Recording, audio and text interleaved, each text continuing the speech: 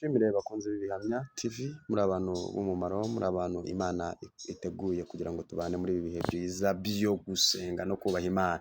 Uwiteka abaho umugisha, Uwiteka abarwaneho kandi akomeze kubamburira amahema. Wewe wakanze subscribe ndagira ngo nkubwire ngo ngusabiye umugisha n'ukuri kandi n'umukozi w'Imana gusabiye umugisha. Kandi nawe utarayikanda tugusabiye umugisha ariko kandaho kugira ngo twamamaze ubutumwa bwiza. Ubutumwa bwiza ntabwo ari ubwacu ahubwo Imana yarabuduhaye ngo tujye tubugeza ku bantu. Imana ibaha umugisha rero. Uyu mwanya ndagira ngo mbwire umuntu udukurikiye ari hirya no hino mu bitaro. Umuntu udukurikiye afite intambara n'ibyago n'ibibazo n'ibiki. Uzi ukuntu ijambo ry'Imana riravuga ngo nubwo ibyago n'amakuba ari byinshi ku mukiranutsi, ngo ariko ngo Imana yiteguye kumukiza muri byose. None se urumva uyu muntu wa muntu we nta kintu na kimwe kinanira Imana. Hejuru y'ibibazo ufite, hejuru y'intambara ufite, hari imbaraga z'Imana. Hari Imana ishobora byose. Rero Dawidi niwe wajyaga buriya ngo Imana yigeze inezere. Hari abantu babiri nakunze Imana yanezerewe cyane. Yigeze yanezererwa Yobu, iramwirata kuri Satani. Irongera inezererwa Dawidi iramubwira ngo, iravuga ngo mbonye umuntu ufite umutima nk'uwa nshaka. Wumva Imana? Ariko nanjye igikambwira nanjye irankunda. Irankunda buriya bijya kugendana na biriya bintu. Imana ishimwe cyane. Nawe iragakunda wowe udukurikiye na mushumba ugiye kutugezaho ubutumwa Imana yamuhaye. Imana iramukunda. Imana ikunda abantu bose ahubwo twe duharanire kuba abantu b'Imana. Imana ishimwe cyane. Reka nkwakire rero mushumba. Yesu nashimwe. Amen. Ndashima Imana rwose kongera kubana nawe. Ntabwo uri umushyitsi hano. Ndi umusango. Ariko bibwire kugira ngo nitwa Vumiriya Jean Claude ndi umugabo wubatse. Barizwa mu mujyi wa Kigali mu karere ka Gasabo mu murenge wa Kinyinya. Barizwa muri ADEPR ya Gasabo. Rero umurimo w'Imana. Yego. Imana ibahe umugisha. Uwiteka abaho umugisha nawe. Reka udusengere ubundi dukomeze gahunda. Imana yacu ni Imana yo kwizerwa, imbaraga zacu, uri amahoro yacu, urinda bidukingira ku manywa na nijoro, habwa icyubahiro ko wongeye kuduha umwanya wo kuganira ijambo ryawe. Turasenze ngo umuntu wese ugiye kudukurikirana agire umugisha, umwagure mu buryo bw'umwuka, umwagure mu buryo bw'umubiri, ukore ibikomeye ku buzima bw'abantu bawe, amaboko yawe ashyigikire abapapa, abamama, abasore, abakobwa, abari hafi, abari kure. Ndasenze ngo ubagirire ubuntu, bagirire neza, wiyereke mu buryo budasanzwe. Ndagushimiye kuko ubanye natwe kandi ko ukomeje kubana natwe, mu izina rya Yesu wa Nazareti. Amen. Nagira ngo nkwakire utugezeho ubutumwa Imana yaguhaye. Imana ibahe umugisha. Turabashimira abakomeje kudushyigikira mu buryo butandukanye, abakoze subscribe, abashangije ibiganiro dukora bakabisangiza abandi. Imana ibahe umugisha. Umuhate wanyu ntabwo ari ubusa ku Mwami. Natwe tubaha ikaze, abari Afurika, abari ku migabane itandukanye, mwiyumvemo ikaze muri uyu mwanya kandi ni umugisha kuba tubafite. Mudahari ntitwabona abo tubwiriza, mudahari ntitwabona abo tubwira ubutumwa. Twagira ngo rero dusome ijambo ry'Imana tubona hano mu gitabo cy'Abami ba Kabiri. Abami ba Kabiri igice cya 4 ku murongo waho wa mbere. Bibiliya iravuze ngo bukeye umugore umwe wo mu bagore b'abahanuzi asanga Elisa, aramutakambira ati, umugaragu wawe ari we mugabo wanjye yarapfuye, kandi uzi yuko umugaragu wawe yubahaga Uwiteka, none umwishyuza araje, arashaka kujyana abana banjye ngo bombi ngo abagire imbata ze. Elisa aramubaza ati, none se ugirire nte? Mbwira niba hari icyo ufite imuhira. Nawe ati, umuja wawe ntacyo mfite imuhira keretse agaherezo kutuvuta. Aramubwira ati, genda utire ibintu birimo ubusa mu baturanyi bawe bose, ariko ntutire bike. Yesu ashimwe. Kugira ngo ntaza guherera mu gusoma cyane, umwanya tukawumarira mu gusoma, urakomeza usoma iki gice, uraza gusanga iherezo cyangwa se icyavuyemo mu kiganiro cy'uyu mugore na Elisa umuhanuzi w'Imana. Ndashaka kuvugana n'abantu badukurikiye muri uyu mwanya. Ngiye kubabwira ijambo rivuga ngo Imana irazirikana. Niko tugiye kuganira, ndababwira ijambo rivuga ngo Imana irazirikana, ni Imana izirikana. Uyu mugore ni umugore w'umupfakazi uko mubibona. uyu mugore umugabo we yarapfuye ariko apfa atishyuye arimo ideni. Bibiliya itweretse ko ngo yari arimo ideni, umugabo we ajyana ideni, igihe kiragira ngo umwishyuza aza kwishyuza, kandi yaravuga ngo niba utanyishyuye ndatwara abana bawe ndabajyana babe imbata zanjye bankorera ibihe byose. Bibiliya ivuze iki? Bibiliya iravuze ngo uyu mugore asanga umuhanuzi w'Imana witwa Elisa wari utuye i Dotani ku musozi w'ubuhanuzi. Elisa mbibutse ko yasimbuye Eliya. Elisa yahawe umuhamagaro ari enjeniyeri, yari umuntu w'umutunzi, yari umuntu ukomeye muri kiriya gihe. Elisa mwene Shafati yari umugabo ukomeye mu gihugu cya Isirayeli, ariko ngo yitegereje Eliya yari umugabo w'umuhanuzi. Bakubwira Eliya uwo ari we, wita Ishubi, yari umugabo mugufi ukenyeza umushumi, wari umugabo w'impwembwe. Urumva hari ibintu byamurangaga. Yari umusuhuke, ni umuntu wavuye ahantu ubuzima bwanze ajya gushakira ubundi ubuzima ahandi hantu. Mu bifatika nta kintu yari afite, ariko yamubazaga Imana, yakwerekaga Imana akayirocinga imbere yawe. Ni nayo mpamvu umuhanuzi Elisa yakurikiranye uyu mugabo utagira ubutunzi bufatika bwo mu isi, ngo abonye imbaraga z'Imana zibana na Eliya, abonye imbaraga z'Imana zikorera muri Eliya, afata umwanzuro wo kubaga inka. Nusoma Bibiliya neza, yafashe umwanzuro abaga inka arayitemagura, ngo akoresha umunsi mukuru asezera famiye. Aravuga ngo ndabasezeye, nkurikiye umuntu w'Imana, nkurikiye uriya mugabo nshingiye ku mbaraga nabonye zikorera muri we, nshingiye ku maboko nabonye y'Imana amushyigikiye. Fashe umwanzuro wo kumukurikira kandi nkamukorera kugeza igihe nzahabwa imbaraga zimurimo, nkahabwa umugabane w'imbaraga zimurimo. Niyo ntego ngo ya Elisa yakurikiye Eliya akeneye imbaraga z'Imana ziba muri Eliya kugira ngo ahabwe uriya mugabane.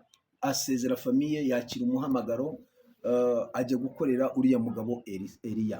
Bibiliya ivuze iki? Igihe kigeze Eliya Imana iramuhamagara. Ntabwo arizo nkuru nashatse kuvugaho. Imana iramucyurira amujyana ajya mu ijuru adapfuye, ariko ngo Eliya asigira umwitero, asigira imigabane ibiri Elisa. Nusoma Bibiliya witonze urasanga yamusigiye umwitero awuciyemo kabiri. Bivuze ngo yahawe imbaraga zikubye iza shebuja inshuro ebyiri. Imana ishimwe cyane. Amen. Kuba narindi kuvuga ngo Imana irazirikana, Imana irazirikana, niko turi buvugane kuri uyu munsi. Eliya yakoranye n'Imana neza mu gihe cye, Imana imwimurira mu ijuru adapfuye. Abahanga mu bya Bibiliya bavuga yuko Eliya itike yo kumujyana mu ijuru adapfuye, Imana yikase umunsi ahagarika imvura ntawabimutumye, ngo kubera ishyaka ry'Imana. We yari afite ishyaka ry'Imana, abonye ukuntu Abisirayeli bimuye Imana, Ahabu na Yezebeli bishe abahanuzi babamaze, ngo afata umwanzuro wo guhagarika imvura nta Mana ibimutumye, ngo afata icyo cyemezo. Bibiliya iravuga ngo Eliya aragenda abwira umwami Ahabu, aramubwira ngo ngewe Eliya nk'umuhanuzi ntegetse imvura. Ubundi yafashe icyemezo Imana yagakwiye gufata. Afite icyemezo, aravuga ngo ntegetse imvura imyaka 3 n'amezi 6 irahagarara kugeza igihe izongera kugwa, ari ngiye ubivuze, ari ngiye ubitegetse. Bwana sifiwe sana. Haleluya. Ngo uwo mwanzuro yafashe watumye Imana ihita ifata umwanzuro, aravuga ngo uyu mugabo ntazigera apfa. Ifata umwanzuro. Bwana sifiwe sana. Amen. Kuzirikana ko Imana, nicyo nshaka kuvuga ko Imana izirikana. Igihe cyarageze Eliya aza kujya ku musozi Karumeli ajyana abahanuzi ba Bayali. Imana imanura umuriro utwika igitambo, abantu bose bobarara hasi bagarukira Imana, baravuga ngo Uwiteka niwe Mana, Uwiteka niwe Mana. Igihe kiragira Eliya Yezebeli amutumaho abahanuzi, baravuga ati mugende mubwire ako kagabo nintakica uyu munsi Imana zanjye zibimpore ndetse bikabije. Niko birivuga. Ngo Eliya yumvise iyo message ya Yezebeli, yari umugore ufite ubukana, ufite amahano, umugore w'umwami, urumva ko afite imbaraga. Ngo abyumvise arihe, baravuga ngo kugira ngo nicwe n'umugore, umuntu w'umugabo wandikishije amateka, wahagaritse imvura, wagurutse akagendera mu muyaga, wamanuye umuriro, umuriro ukava mu ijuru, wakoranye n'Imana ibimenyetso n'ibitangaza, ntabwo nkwiriye gupfa urupfu. Ngo ajya munsi y'igiti cy'umurotemu. Agiye munsi y'igiti cy'umurotemu, Imana ihagarika urupfu. Aho kugira ngo apfe, Imana yohereza marayika ngo azane umutsima n'amazi, akomanga Eliya mu rubavu, aramubwira ngo kanguka urye kuko urugendo rugukomereye. Yamukomanze inshuro ebyiri. Imana izirikana imirimo ya Eliya, izirikana ibikorwa yakoze, izirikana icyubahiro yayihesheje mu gihugu cya Isirayeli. Aho kugira ngo apfe, Imana izana umutsima, izana amazi, iramubwira ngo byuka urye kandi unywe. Eliya ararya aranywa. Igihe kiragera Imana imuzamura mu ijuru, niho twari tugeze adapfuye. wanasifuwe sana. Amen. Imana yazirikanye Eliya icyubahiro yahesheje Imana muri Isirayeli, aho mu cyimbo cy'urupfu Imana izana ubuzima munsi y'igiti cy'umurotemu. Nagira mbabwire ngo iyi Mana tubabwira ni Imana izirikana. Ni Imana izirikana. Obadiya, uyu mugabo wapfuye w'uyu mupfakazi wagiye gushaka Elisa, ni Obadiya, yari umujyanama w'umwami kandi yakoraga ku kigega cy'ibwami, agaburira abahanuzi 100, biravuga ngo abashyira mu buvumo, hamwe 50 ahandi 50. Igihe kiragera iby'ibwami birashira, ikigega kirashira nikopesha, apfa atishyuye ideni. Ariko kubera ko yakoze igikorwa cyiza, yubatse ubwami bw'Imana, yagaburiye abahanuzi b'Imana, yahishe abahanuzi b'Imana, Obadiya apfa atishyuye. Ariko igihe kiragera, umugore wahuye n'ikibazo, yibuka ko umugabo we yubahaga Imana. Icyo ni icya mbere, ni ingingo ya mbere. Umugabo we yubahaga Imana nubwo yapfuye, ariko yubahaga Imana. Nayo ngingo yabwiye umuhanuzi Elisa, yamubwiye ngo umugaragu wawe ari we mugabo wanjye yarapfuye, ariko yubahaga Uwiteka. Aramubwira ngo no, ariko yapfuye afite ideni, hari ideni yajyanye, none umwishyuza ageze iwanjye aje gutwara abana banjye. Umuhanuzi Elisa aramubaza ngo n'icyo ufite mu rugo? Uyu mugore yarakennye, agera ku rwego ibintu byose bishira mu nzu. Hari igihe ibintu bishira ukagira ngo byahamagaranye. Wenda abantu badukurikiranye murabizi, amakara wenda ukagira ngo yahamagaye akawunga kahamagaye amavuta, ibishyimbo, ibintu byose ugasanga byashize. Buriya n'umunyu ntiwajya gupfa gushira, ariko hari igihe n'umunyu usanga nawe washize. Buriya umuntu nk'abacuruzi wenda bashobora kuba babyumva cyane. Hari igihe umuntu yahombaga ibintu byose bikagenda, ukabona ibikarito biguhamagara, ariko wagera ku munyu ugasanga umunyu uracyahari. Ni ukuvuga ngo ibintu byose byari byarashize muri iyi nzu, nta kintu uyu mugore yari asigaranye. Yabwiye umuntu w'Imana, umuhanuzi Elisa, aramubwira ngo nta kintu usigaranye muri iyi nzu, nta kintu ufite pe. Uretse nta kintu ufite pe, uretse agaherezo. Ngo n'ahantu nabwo hahoze amavuta umugabo akiriho, ngo ahantu babikaga amavuta naho hantu turokozwa, ni utuntu mbese udashyize ku zuba, udashyize inyuma y'isi, ngo tuyage, nta kintu wabonamo. Elisa aramubwira ati nta kintu usigaranye, nta kintu usigaranye. Aramubwira ati noneho ahantu niba hari ahantu mwabikaga amavuta, aho niho hari igisubizo. Imana ihimbazwe cyane. Genda ujye mu baturanyi, Imana ishimwe, ujye mu baturanyi, utire ibintu, utire ibidomoro, ariko utire byinshi, utire byinshi, ntutire bike, ntiwisondeke. Haleluya. Ndabwira ngo iyi Mana irazirikana. Kibaje nuko abantu bisondeka, Imana izirikana. Wanasifiwe sana. Amen. Iyi Mana ni Imana izirikana, kandi muri iri myanya iravuga ngo imirimo y'abera izibukwa. Haleluya. Buriya abantu badukurikiranye babwirira ijambo, ushobora kuba ufite amavuta ariko udafite uyayaza, ukeneye umuntu uyayaza. Ibyo nabyo byemera. Uyu mugore yari afite amavuta yasize mu nzu, igisubizo yagisize iwe, ariko ajya gushaka Elisa, umuntu w'Imana, kugira ngo ayaze turiya tuvuta. Wanasifiwe. Reka mbwira abantu badukurikiranye muri uyu mwanya, turabifuriza guturana neza. Buriya hari igihe abantu baturana ariko bagaturana batabanye neza, kandi Zaburi 133 hari ikibivugaho. Dawidi yarabyanditse aravuga ngo dorere, erega ni byiza ko abavandimwe baturana bahuje, ngo bimeze nk'ikime, bimeze nk'amavuta yasutswe mu mutwe wa Aroni, ngo bimeze nk'ikime cyo kuri Herumoni. Aricyo byari bisobanuye. Ariko uyu mugore kugira ngo agende atira ibintu mu baturanyi, nabwo nticyari ikizamini. Ese yaba adaturanye neza, iyaba atabanye neza n'abaturanyi, ntabwo bari gupfa kumutiza ibintu. Kugira ngo nguhe itanka yanjye nyiguhereze nzi ko utari inyangamugayo, biriya bigega bifata amazi cyangwa n'ibidomoro, kugira ngo umuntu akigutiza akiguhereze, nagira ngo mbwire ngo ntabwo biri hafi, nta buhamya bwiza ufite. Ariko icyerekana ko uyu mugore yari inyangamugayo, n'umugabo yari umukiranutsi, nuko yari yarabaniye abaturanyi kugira ku rwego babona hatira ibidomoro, atira ibintu. Reka aka kantu mukabike, ukwiriye kubana neza, guturana n'abaturanyi neza. Mugire umwete. Wanasifiwe sana. Amen. Mugire umwete wo kwezwa no kubana n'abantu bose amahoro. Ni ukuvuga ngo uyu mugore yarabaniye neza abaturanyi, nicyo kigaragara muri iri somo. Ndashaka kuvuga iki rero, umuhanuzi aramubwira ngo genda utire ibintu, kandi ntutire bikeya, utire byinshi. Ugende utire mu baturanyi, utire byinshi. Numara kubitira, ugende ujye iwawe, wikingirane, ufate hano hahoze amavuta, usuke. Umugore arabyizera, aragenda atira ibidomoro, atira ibyo buri kintu cyose nyine cyajyamo amavuta aratira, ngo agere iwe arikingirana. Amaze kwikingirana, afata ka kantu kahozemo amavuta, ngo arasuka. Asutse havamo amavuta menshi, ngo icya mbere kiruzura, ibintu byose arabisoza. Ahamagara umwana atizana ibindi. Umwana abwira ati ibintu byashize, byarangiye. Imana ishimwe cyane. Amavuta ngo abona guhagarara. Imana ishimwe cyane. Ushobora kuba wabonaga ugeze kuri finali yo gukorwa n'isoni, wabonaga umwishyuza ari gukomanga hafi yawe, ariko nagira ngo ubwire ngo Imana wasenze, Imana wakoresheje umva, ije kukugoboka. Hari uburyo Imana igiye gukora igafata utuvuta twawe twari duke ikatuyaza aho utabonaga igisubizo hakaboneka igisubizo. Elisa aramubwiye ngo genda utire ibintu ufata aho hantu uri kuvuga hahoze utuvuta hanyuma usukemo haraboneka igisubizo. Imana ishimwe cyane ngo agisuka ibintu byose biruzura, ibintu byose bibonekamo amavuta. Uyu mugore ni umwana mwiza cyane. Ari undi ntabwo yagaruka ku muhanuzi hariya i Dotani. Reka yahita ajya kuyagurisha atongeye kumugisha inama. Ngo yahise asubira ku muhanuzi Dotani ngo aramubwira ati muntu w'Imana, ibintu wambwiye byakoze, ibintu wambwiye byashobotse, ibintu wambwiye byakunze, amavuta nayabonye, ariko se mbigenze mbikore nte? Umuntu w'Imana aramubwira ngo genda ugurisha ayo mavuta wishyure ideni asigaye agutunge wowe n'abana bawe. Banishimye cyane. Ngo aragenda arayagurisha yishyura ideni, amavuta asigaye amutungana n'abana be. Aya mavuta ya elayo, aya mavuta ahenze ava muri Isirayeli, abahanga bavuga ko aya mavuta, inganda z'amavuta zikomeye zikomoka mu bisekuruza byo kwa Obadiyaho. Kubera ikintu cyiza yakoze agifite uburyo. Reka nifurize abantu b'Imana badukurikirana muri uyu mwanya, ndabifuriza gukora ibyiza mugifite uburyo. Niba ufite uburyo bwo gukora icyiza gikore, kuko hari igihe Imana izazirikana icyo gikorwa. Bwana asifiwe sana. Haleluya. Imana yagobotse uyu mugore isoni zenda kumukora, abona umwishyuza ari gukomanga. Hari igihe umwishyuza akomanga akakuzindukira pe kandi uri mu bihe bigukomereye. Aho rero utarabanye n'Imana ngo wubakane imibanire myiza n'Imana, hari igihe isoni zagukora.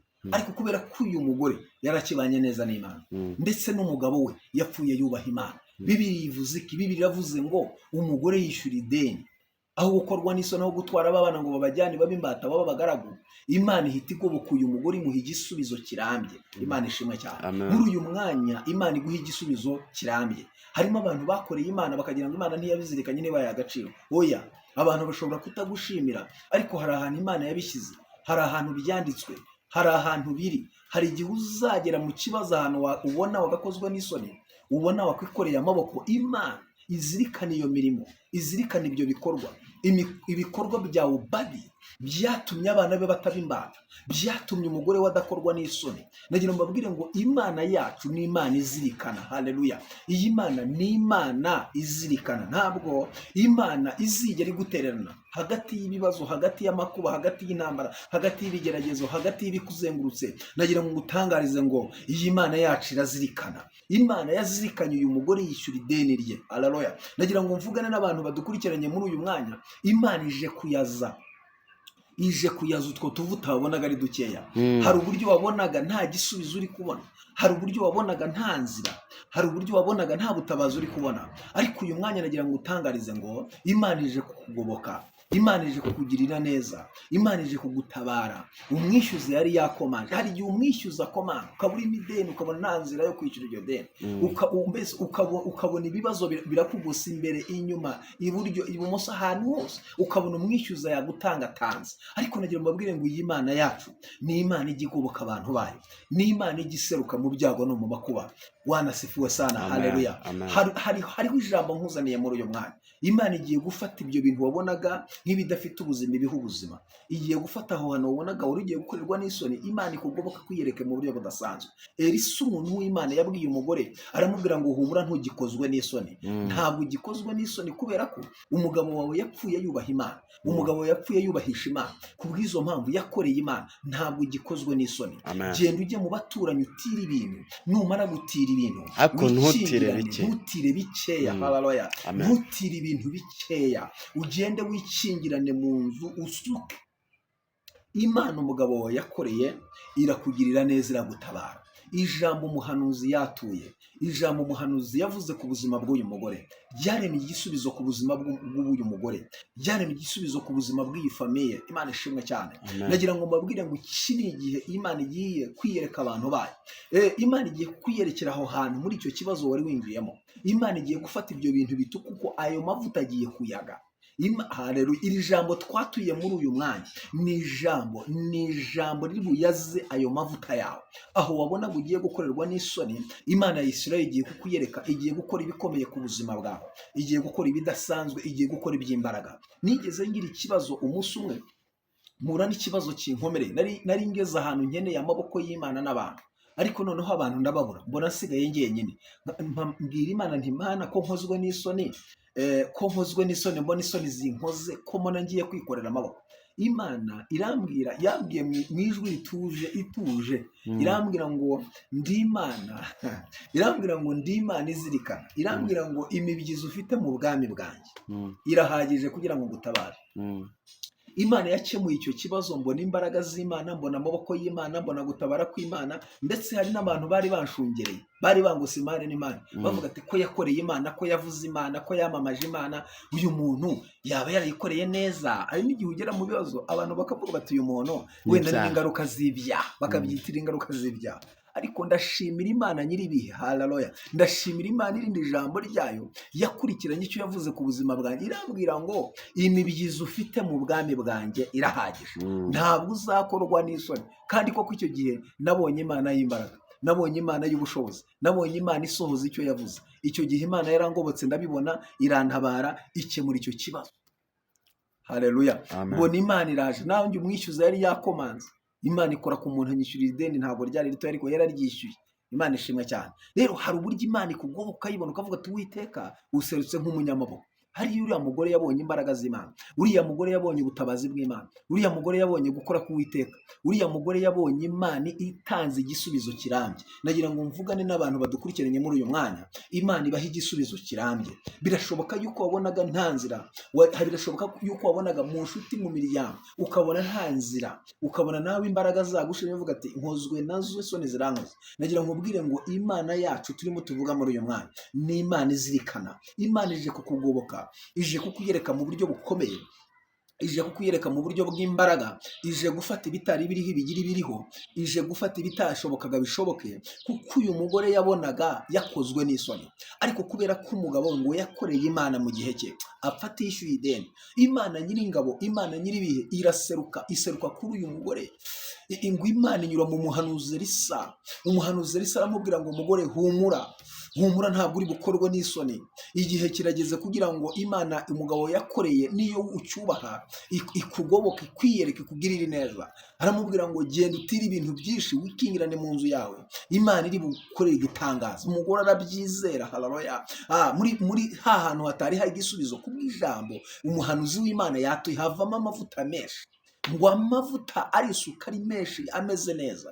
Imana yishyura ideni ry'uyu mugore, Imana imugirira neza. Ndashaka kuvugana n'abantu bari mu bibazo bitandukanye, babonaga bugarijwe n'ibibazo bikomeye by'ingutu. Nagira ngo mbabwire ngo Imana nyiringabo, iyo wavuze, iyo wakoreye, nagira ngo mbabwire ngo ibyo wakoze byaranditswe, imirimo yawe yaranditswe. Niyo mpamvu Imana igiye kukugoboka, kandi igiye kukugobokesha imbaraga zikomeye. Aho utabonaga igisubizo niho Imana ikuye igisubizo, aho utabonaga inzira niho Imana iremye inzira. Iki ni igihe ugiye kubona intsinzi itangwa n'Imana, kuko uyu mugore ari uyu mwishyuza, ari abari bamushungereye, babonaga isoni zamukoze, ariko kubera ko hari ingingo bibitseho. Imana ishimwe cyane.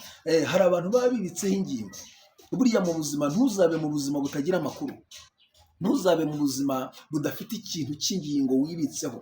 Wanasifiwe sana. Murabyibuka ko hari abandi bantu bagiye bahura n'ibintu bikomeye, ariko kubera imirimo bagiye bakora, iyo mirimo igatuma badapfa. Witwa Tabita, iyo usomye igitabo cy'Ibyakozwe n'Intumwa igice cy'Icyenda ku murongo wa 36 basangamo umugore witwa Dorcas. Tabita ni umugore w'umupfakazi, ariko yari atuye mu nzu ya nivo, yari umugore ufite ubushobozi. Aravuga ngo nubwo mfite ibibazo, ariko hari abandi bandengeje ibibazo. Akora umushinga, akora atelier, adoda imyenda y'abapfakazi, imfubyi, ngo arabambika, akanabagaburira. Igihe kigeze arapfa, urupfu rugerayo ruramutwara, arapfashiramo umwuka. Ngo ariko ngo igihe kigeze, ba bantu yagiriye neza bakora imyigaragambyo muri karitsiye, baravuga ati uyu muntu ntabwo tubyumva, apfuye ate. Igihe kiragira ngo bahamagara Petero, umukozi w'Imana, baramubwira ngo hano twari dufite umuntu w'umumaro, none yapfuye mu buryo butunguranye. N'iki ngo bararira. Ngo Petero abonye ukurira kw'abo bagore n'izo mfubyi, ngo ahita afata umwanzuro ajya kuzura wa mugore Tabita. Agera i Yopa, ageze i Yopa, ngo yinjira mu cyumba cyo hejuru, abaheza bose. Biravuze ngo aramuhamagara, aramubwira ngo Tabita, Dorcas, kanguka. Arakanguka, agaruka mu buzima. Niki cyazuye uriya mugore, niki cyamugaruye mu buzima? Ni imirimo y'abera izibukwa. Haleluya. Imana turi imbere, Imana dukorera, Imana yaduhamagaye, ni Imana izirikana. Imana yazirikanye imirimo y'uyu mugore, imugarura mu buzima. wanasifiwe sana. Abiyatari nusoma igitabo cy'abami, Bibiliya iravuga ngo Abiyatari hari umunsi yari gupfa, Salomo yaramuhamagaye. Lisiti Dawidi yasigiye Lisiti umuhungu we Salomo, aramubwira ati hari abantu bangiriye nabi, abitwa Bashimeyi bananutse ku manywa y'ihangu, arantuka aranyandagaza, avuga n'abandi bagiye bamuhemukira ku gihe cy'ingoma ye, ariko Abiyatari amusiga kuri Lisiti ko yifatanyije n'umuhungu we amugambanira amuvana ku bwami. Ngo yamusigiye Lisiti y'abantu bagomba gupfa. Ngo umunsi umwe ugeze rero, Salomo ahamagara Abiyatari, ariko ngo amuhamagaye arabanza asoma mu bintu yakoze, agiye kubona hariho nubwo hari ibintu yakoze bitari byiza, ariko abona ngo hari igihe yagendanye n'umusaza we n'umukambwe we, niko birivuga ngo n'umukambwe we Dawidi aremerewe n'isanduku y'isezerano, kuko yari umutambyi, niwe yikoreraga isanduku y'isezerano, niwe wabaga azi ko igenzwe isanduku y'isezerano. Aravuga ati uyu munsi wari gupfa Abiyatari, ariko ndasomye ndeba mu mateka, nubwo hari ibibi wakoze, ariko mbonye hari ibyiza binesheje ibibi wakoze, ntabwo uri gupfa. Mbonye nkurikiranye amateka asanga wararemerewe n'isanduku y'isezerano imbere y'umukambwe wanjye Dawidi, uyu munsi wari gupfa, ariko usubire mu gikingi cyawe mwana toto, igendera amahoro ntugipfuye. Kubera iki? Waremerewe n'isanduku y'isezerano imbere y'umukambwe wanjye Dawidi. Nagira ngo mvugane n'abantu baremerewe n'umurimo w'Imana, baremerewe n'isanduku y'isezerano. Umva, igihe cyo kwibukwa n'Imana kirageze, igihe cyo kwibukwa n'Imana kirageze. Imana ishimwe cyane. Reka mbaho urundi rugero. Uwitwa Dawidi amaze kuba umwami, hari umugabo wamugiriye neza, wanasifiwe sana. Nusoma igitabo cya Samweli cya 2 nko mu gice cy'Icyenda, urasanga amakuru ya Dawidi n'uwitwa Mefibosheti. Ni ukuvuga ngo igihe cyarageze Yonatani arapfa, kandi ngo bari baragiranye isezerano na Dawidi, isezerano rikomeye. Baravuga ntihazagire umuntu uhemukira undi. Iryo sezerano bararihana, bagurana imyenda, bagurana imyitero, bagurana imikandara, bagurana inkota. Bibiliya iravuga ngo basezerana isezerano ridakuka, biba amahame. Baravuga bari ntihazagire umuntu uhemukira undi. Kandi ngo Yonatani yakundaga Dawidi, akamubwira ngo Dawidi, shingiye ukuntu mbona Imana ibana nawe, ndabona uzaba umwami nkakungiriza.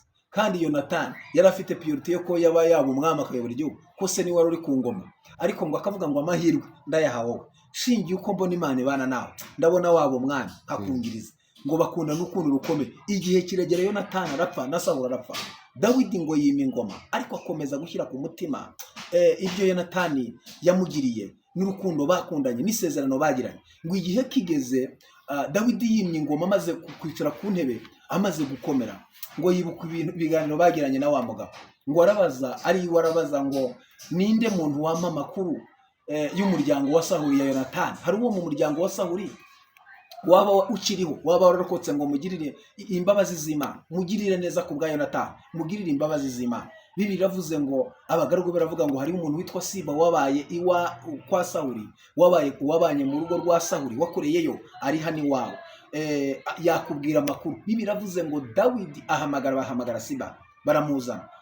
Ngo arita, ngo yita, baramubaza ngo ni wowe Siba? Ati ni njye Siba. Wampa amakuru yo mu muryango, mu rugo rwa Sawuli, niba hari ukiriho, ngo mugirire neza ku bwa Yonatani, mugirire imbabazi z'Imana ku bwa Yonatani. Imana ishimwe cyane. Ngo aramubwira ngo Siba, kubera ko wasigaye mu bikingi bya Sawuli, wasigaye mu bikingi bya Yonatani, niwe wasigaye mu mitungo yabo. Amuha amakuru, ariko ashyiramo akandi kantu. Yaramubwiye ngo nyakubahwa, hari ukiriho, ariko amugaye ibirenge. Iyo yari defite umita atinjira ibwami.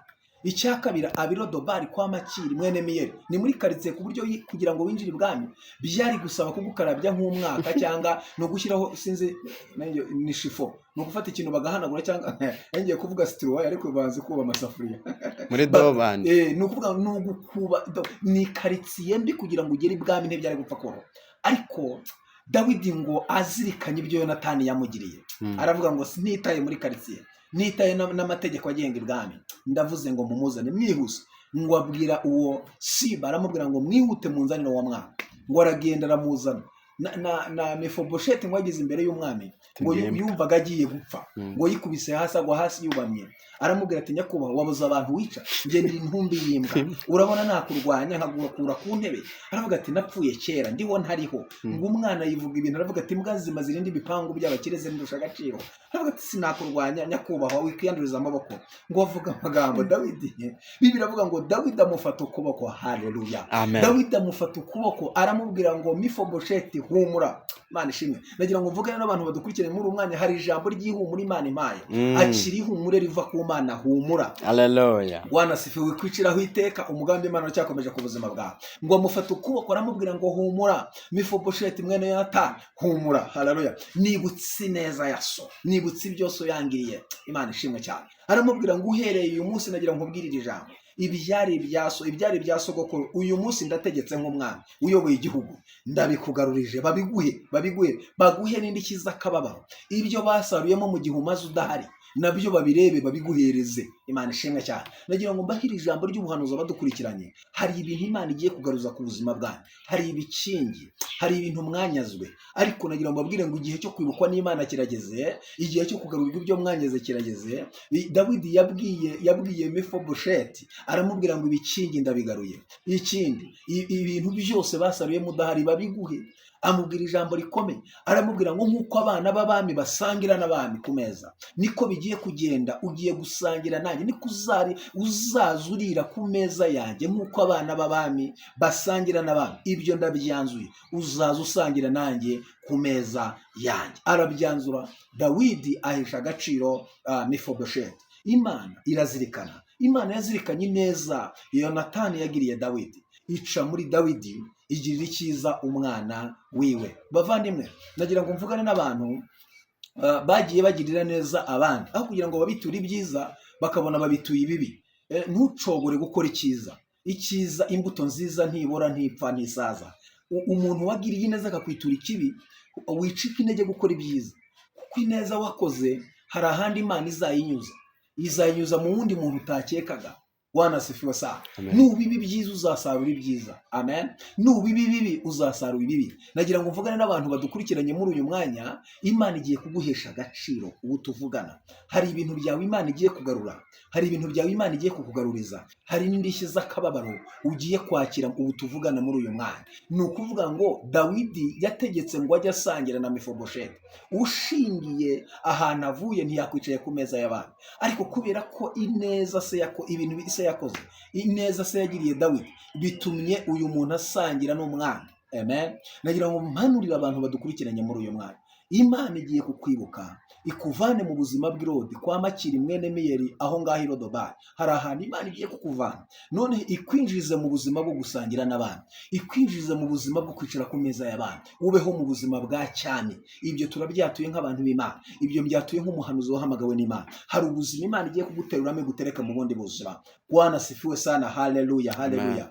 Nagira ngo mbabwire ngo Dawidi yabwiye uyu Mefibosheti, aramubwira ngo nk'uko abana b'abami basangira n'abami niko bigenze. Buriya kwicara ku meza y'abamuringaniye n'ameza asaramanje, amaguru ntagaragara, hagaragara hejuru. Icyo Dawidi yaravuze mu buryo bw'umwuka, mu buryo bwa kinyamwuka, Dawidi yari umuhanga cyane. Yaravuze ngo defo zawe nzazihisha, uhereye umwanya ntiwongere no kuzireba, kuko njyewe sinzitayeho. N'abami bazangendera, n'abatware, n'abayobozi, n'abashoramari, ntabwo bazareba defo zawe. Niba wicaye ku meza bazaza babona hazima hawe, ahamugayo hawe nzahahisha. Nagira ngo nkubwire ngo defo zawe Imana igiye kuzitwikira. Ababonaga defo zawe, ababonaga inenge zawe, ntabwo bazongera kuzibona ukundi. Ibi byakire nk'ubuhanuzi. Defo zawe Imana irazihisha muri uyu mwanya. Nagira ngo twinjire mu mwanya wo gusengana muri uyu mwanya. Sinzi ibintu urimo bikugoye, sinzi umwishyuzi uri gukomanga iwawe ku buzima bwawe, sinzi situwasiyo uhagazemo mu gihe nk'iki ngiki igoranye ku buzima bwawe, ariko ndagutangarije muri uyu mwanya, igihe cyo kwibukwa n'Imana kirageze, igihe cyo gutabarwa n'Imana kirageze, igihe cyo kurengerwa n'Imana kirageze, igihe cyo kubona Imana kirageze. Reka nkubwire, aho wari uri mu mubabaro, wari ufite intimba, wari ufite agahinda, wari ubona wugarijwe n'ibibazo bikomeye, ariko Imana igiye kuguseruka ikwiyereke, kuko igihe cyo kwibukwa n'Imana ni iki ngiki. Reka mbabwire ngo iyi Imana irazirikana. Haleluya. Iyi Imana irazirikana abavandimwe. Imana yazirikanye imirimo ya Hezekiya umwami w'Abayuda. Iyo usomye igitabo cya Yesaya 38 usanga umuhanuzi Yesaya amubwiye ngo raga ibyaye kuko ugiye gupfa, ariko uyu mugabo Hezekiya ngo acima ingoma yakoze ibyiza, amenagura ibigirwamana, ahantu Abisirayeli batambiraga ibitambo bongera kujya gukorera Imana. Ibyo birandikwa. Imana ishimwe cyane. Hari ahantu imirimo myiza yandikwa, hari ahantu ibikorwa dukora byandikwa. Bibiliya iravuze ngo uyu mugabo yegera ivura aratakamba abwira Imana ati mpfuye nabi, pfanye imishinga. Ngo atakamba aravuga ati nagendeye imbere nkiranuka nkora ibyo gukiranuka, narakubahishije nagaruye icyubahiro cyawe muri Isirayeli. Ngo Imana irebye ibyo Hezekiya ari kuvuga isanga nibyo, ngo ihita ivuga ngo umva none ubu tuvugana. Ngo ihita igana umuhanuzi iramubwira ngo subirayo ugende ubwire Hezekiya umwami w'Abayuda umubwire ngo igihe cyo kubaho kwawe, imyaka yo kurama kwawe nongereho imyaka 15 yo kurama. Haleluya. Nagira ngo mabwire ngo Imana yacu irazirikana. Nagira ngo mbwire ushobora kuba usatiriwe n'imbaraga zakwinjiza mu rupfu, ariko hari imirimo igiye kugusohora aho hantu. Imana ibaha umugisha kandi Imana ibagirire neza. Nagira ngo dusengane muri uyu mwanya, tubatureho intsinzi, tubatureho kunesha. Imana iyaze uto tuntu wabonaga turimo igisubizo, Imana ibyazemo igisubizo mu izina rya Yesu. Mana uri Imana ikomeye, uri Imana y'imbaraga, uri Imana y'ububasha, uri Imana y'ubushobozi. Ndasengera uyu muntu udukurikiranye, ndasengera uyu mubyeyi, ndasengera uyu mugabo, ndasengera uyu mukobwa, ndasengera uyu musore, ndasengera uyu mukobwa, ndasengera uyu muntu udukurikiranye ubabaye, ndasengera uyu murwayi ufite uburwayi bukomeye, ndasengera uyu muntu umaze igihe ufite ideni rikomeye ku buzima bwe. Mu izina rya Yesu mwibuka umugirire neza. Uri Imana izirikana uko watabaye uyu mupfakazi ukamugirira ubuntu ukamugirira neza. Girira neza aba bantu badukurikiranye, girira neza aba bantu bakurikiranye iri jambo. Ndasengera mwami uyu muntu ufite ikibazo amaze igihe asengera akabona nta mpinduka ari kwakira. Ndatura imbaraga zikomeye, ndatura ubushobozi bw'Imana, ndatura kunesha kw'Imana, ndatura igisubizo kivuye ku Mana mu ijuru. Mu izina rya Yesu muhe igisubizo kirambye. Sabiye aba bantu igisubizo kirambye, sabiye aba babyeyi igisubizo kirambye, sabiye aba basore igisubizo kirambye, sabiye aba bagabo igisubizo kirambye. Abari hafi na kure ndohereza imbaraga zikomeye mu izina rya Yesu. Ibyo abantu banditseho ko bidashoboka, ndasenze ngo bishoboke muri uyu mwanya. Imbaraga zawe zikora ibikomeye mwami. Ndagushimiye kutabaye aba bantu, ndagushimiye kubagiriye neza, ndagushimiye kubiyeretse kandi ko ukoze ibikomeye mu izina rya Yesu Kristo wa Nazareti. Amen. Imana ibahe umugisha mu izina rya Yesu. Amen. Kanda like, subscribe na comment. Haleluya. Hano ku Bihamya TV turabakunda cyane kandi no kuri ijambo ry'Imana nakagaruka cyangwa ubutumwa bw'Imana nakagaruka. Ciao ciao.